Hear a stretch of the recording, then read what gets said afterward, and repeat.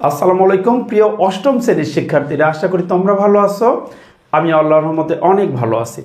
তা আজকে আমি তোমাদের বিজ্ঞান বইয়ের ষষ্ঠ যে অধ্যায়টি রয়েছে পরমাণুর গঠন, এই অধ্যায়টি নিয়ে আমি তোমাদের সাথে বিস্তারিত আলোচনা করব। আশা করি পুরো ক্লাসটি ধরে তোমরা আমার সাথেই থাকবে। দেখো, তোমাদের এই পরমাণুর গঠন অধ্যায়ের ভেতরে যে টপিকসগুলো রয়েছে সেগুলো একটু এক নজরে বলি। 1 থেকে 3 কি আছে? পরমাণুর ধারণার বিকাশ ও গঠন। এই পাঠটা আমরা পড়ব যে পরমাণু, এটার এই যে পরমাণু ধারণাটা প্রথম কোন বিজ্ঞানীদের হাতে এবং সেটা কোন দেশে, কিভাবে আস্তে আস্তে এই পরমাণু নিয়ে বিভিন্ন মতবাদগুলো কিভাবে আস্তে আস্তে পরিবর্তিত হয়েছে, সেই বিষয়গুলো তোমাদের সাথে তুলে ধরব। এরপরে দেখো অ্যাটমিক নাম্বার, যেটা অর্থাৎ যেটা দেখো পারমাণবিক সংখ্যা, এরপর অ্যাটমিক মাস নাম্বার যেটা ভর সংখ্যা, এবং আইসোটোপ, এই 3টা গুরুত্বপূর্ণ বিষয় নিয়ে আমি তোমাদের সাথে কথা বলবো। দেন দেখো আইসোটোপের ধর্ম ও ব্যবহার। আইসোটোপের আমরা ধর্ম দেখব এবং এর ব্যবহারগুলো কোন কোন ক্ষেত্রে আইসোটোপগুলো ব্যবহার করা হয় সেগুলো বিস্তারিত কথা বলবো। এরপরে দেখো পার্ট 9 থেকে 11 কি আছে? পরমাণুতে ইলেকট্রন কিভাবে বিন্যস্ত থাকে। অ্যাটমের ভেতরে ইলেকট্রনগুলো এই যে চারিদিকে যে কক্ষপথগুলোতে থাকে সেটা কিভাবে বিন্যস্ত থাকে সেটা নিয়ে ডিটেলস কথা বলবো।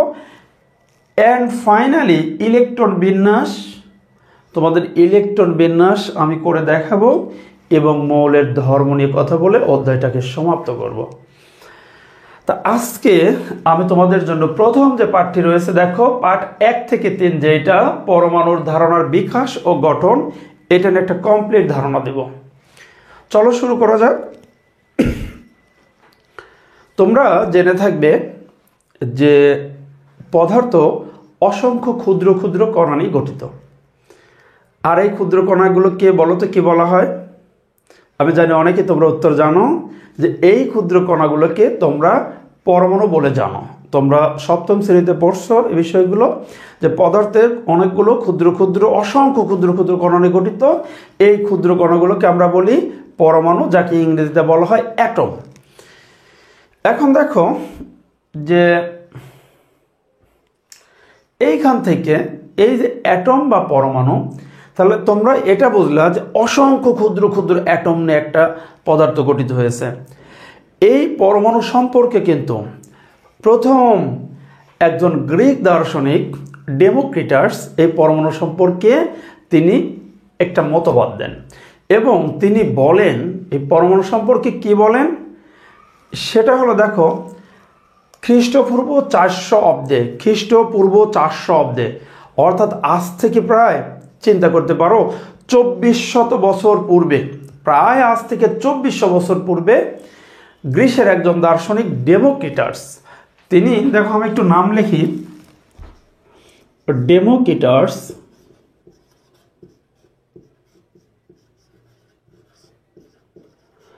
দেখো গ্রিক দার্শনিক ডেমোক্রিটাস কি বলেন যে পরমাণু অবিভাজ্য। এটা কিন্তু তার মতবাদ। তিনি বলেন যে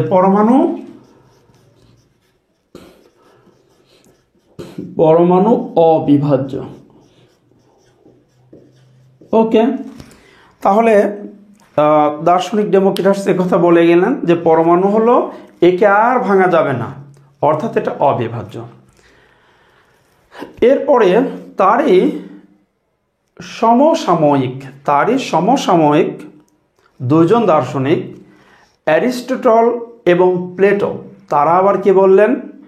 তারা কিন্তু ডেমোক্রিটাসের সাথে দ্বিমত পোষণ করলেন।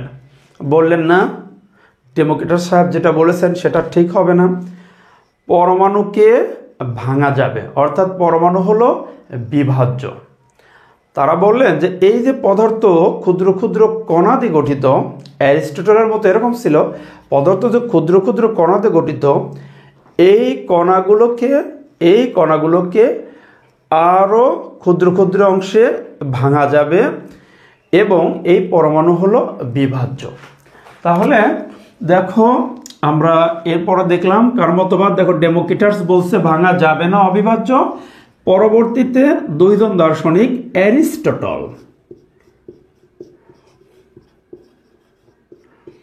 অ্যারিস্টটল এবং প্লাস প্লেটো এরা দুইজন কি বলে গেলেন, বললেন যে পরমাণু অর্থাৎ ডেমোক্রিটাসের দ্বিমত পোষণ করছেন, যে তারা বলছেন যে পরমাণু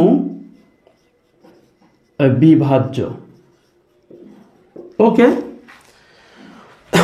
এরপরে আর কোনো পরমাণু নিয়ে তেমন কোনো সারা শব্দ।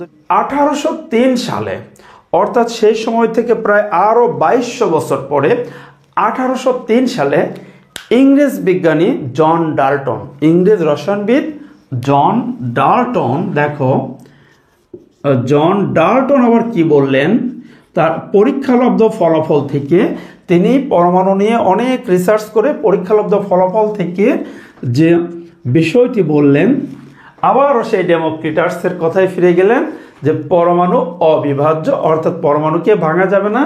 মানে তিনি আবার জন ডাল্টন আবার অ্যারিস্টটল, প্লেটো তাদের কথার দ্বিমত পোষণ করলেন, তাদের সাথে মতবিরোধ করলেন এবং তিনি বললেন পরমাণু অবিভাজ্য। দেখো বিষয়টা একটু কেমন দাঁড়াচ্ছে। ডেমোক্রিটাস প্রথমে বলে গেলেন পরমাণু অবিভাজ্য, আর ভাঙা যাবে না। এরপরে অ্যারিস্টটল, প্লেটো তারা বললেন যে না, পরমাণু সমূহ বিভাজ্য। আচ্ছা, এরপরে জন ডাল্টন এসে বললেন যে না, আবারও তিনি বললেন যে না, পরমাণু অবিভাজ্য। এখন দেখো এটার কিন্তু দিনে দিনে সমাধানের পথে আগাচ্ছে। দেখো আমরা এরপরে যদি একটু দেখি, যখন 1897 সালে ইলেকট্রন আবিষ্কার হয়ে গেল, কে আবিষ্কার করলেন একটু মনে রাখবা, 1897 সালে স্যার জে থমসন। একটু বলি, 1897 সালে স্যার জে থমসন তিনি ইলেকট্রন আবিষ্কার করলেন।